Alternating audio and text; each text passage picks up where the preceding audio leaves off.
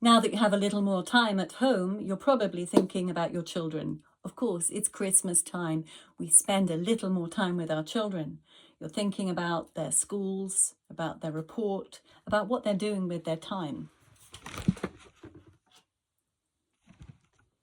How much time are they spending on their phone, on the computers? How are they moving? Are they feeling happy? We are thinking about far too many worries, but occasionally at Christmas we have the time to think about what our children need. That's why I brought my book out right now. It's beautiful, isn't it, to watch your children just do innocent things. Have a little time to unfurl. It's like the DNA unfolding itself into a state of relaxation.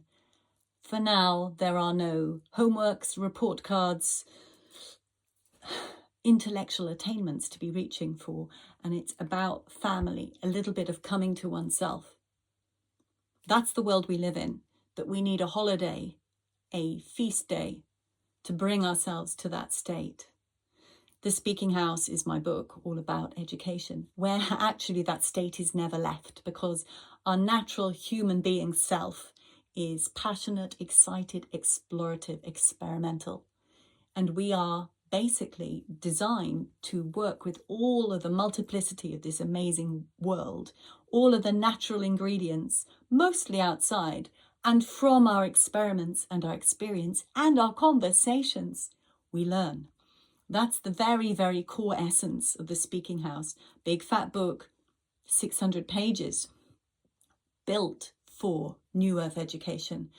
Because what we've got now, what your children have just come home from, the traditional schools, well, apparently they're working because they get exam results, and from the exam result then they can go to this college or that university or get this job.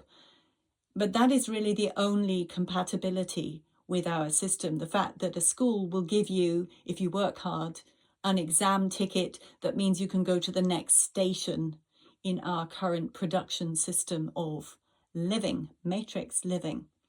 However, most of the children forget the things they've learned, because it's what I call fact stuffing. Hold it in your mind for a moment, leave it as soon as you finish that exam. We're still not allowed to think enough because we don't have space and time in our schools for that. Stuffing in the curriculum. So I'm about to go and teach GCSE music, GCSE English, GCSE drama. And some of those are BTECs, which is a basically equivalent. And I have a syllabus to teach. I have books. And the books, some of them are Shakespeare, some of them are plays, some of them are novels. You go and look at them. I have to study them, and I have to find a way of delivering them to a group. Small groups, I'm lucky, they're not huge classes, the ones I'm dealing with. But I have to give those children something that will stimulate their mind so that they can think. Now, if you give Macbeth to a 14-year-old, what do you think they're going to concentrate on? The sensationalism, that which is most able to be attached to existing emotions. It depends on who you've got in the classroom. However, what is Macbeth about? It is about regicide, murder of kings, and other people being murdered. It is a historical drama. And then there's the supernatural, very dark, darkly inspiring witches. A few ghosts mixed in there. Very dark stuff. It's the shortest Shakespeare play. That's why it's taught to children of that age, 14, 15, 16. Okay, we'll talk about that in a moment. Drama, BTEC drama, GCSE drama, Frankenstein. Now, some of us will have avoided reading that book. I have only just read it. Yes, I've read so many classics. Yesterday, I spent my day reading Mary Shelley's Frankenstein. It's beautiful, tragic, exquisitely written, high philosophy, debating the status of the human and the rise and fall, spiritual growth, what true compassion is, self-forgiveness, the ego, all of these enormous topics of human development beautifully presented. That's not what we're studying. These 14, 15, 16-year-olds, 15, 16, let's call them that, they have to go in and study the play made by Nick Dear and Danny Boyle, the same guy who put all those nurses and a very scary ghost on the Olympic stage in 2012. Perhaps you remember his production, eerily, scarily, a vision of the future, dystopian. So his celebrated version, he was the director of 2011 version of Frankenstein, is what our beloved 15, 16-year-olds are studying. It's called the same thing, Frankenstein, Frankenstein. You really could not have two things more different. Where one thing, the human exaltation, how to become a better being, is the discussion line of Mary Shelley's book, her novel, her famous 1880 book, 1818. Very hard to get published as a female. And then you have Nick Dear and Danny Boyle, and they ask you, they invite you, the audience, to love and adore the murderer. Oh, and then they do some more things. They add more violence, because apparently there's not enough in the book already. The book has a few murders. Now, in the play, no, let's add some more rapes. The female roles, tiny, insignificant, hardly any substance to them, and yet they get raped. Okay, so that's double whammy violence added in. There's no elevation of the human. You're invited to love and pity and warm to the murderer. Now let's get a little deeper here. For GCSE, you're given a title from which you are supposed to write your essay, your descriptive discussion on all of the aspects of rehearsal and production and interpretation, how those actors get on stage finally, having been given a script one day to months later getting on a stage and producing it with an audience. That's the description you have to come up with as a young person, 15, 16. And they're given the topic unity.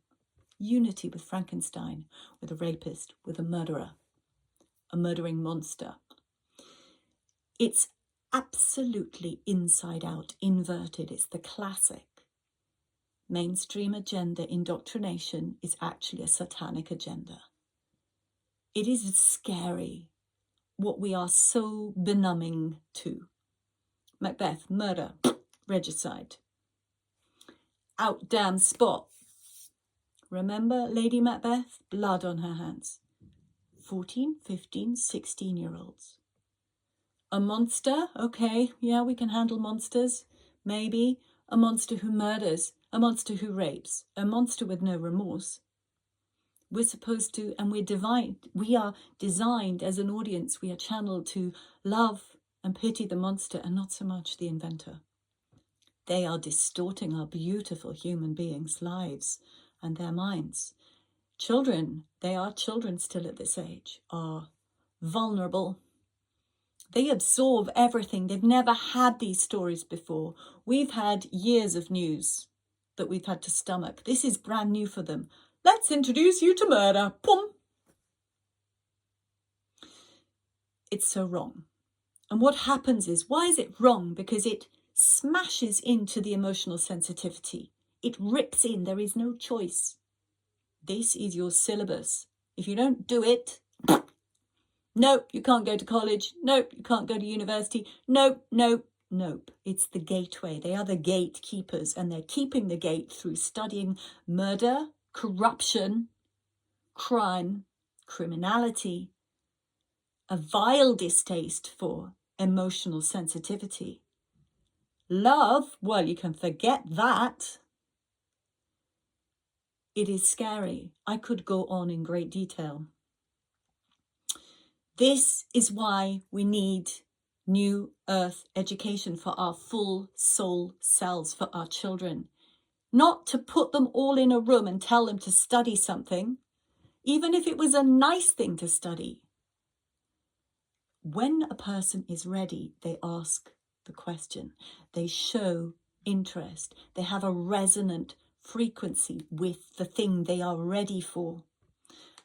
We as the adults, our responsibility is to present what we can see they're nearly reaching, that with which they're nearly familiar. We have a rich environment. The School of the Speaking House is about having brilliant, genius adults, all with proper emotional authenticity, practicing their own unique skills.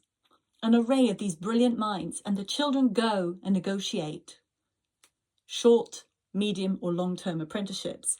And they create an agenda between them of what they're going to study. Experimental play, experiential learning. It's entirely different. It's inside out. Why did I design it? Because I saw what didn't work. I saw the product of what we were using. The disturbances in children. I saw what happened with the adults when they get to 40 and suddenly realized, oh my God, what has happened to my sensitivity, to my ability to perceive?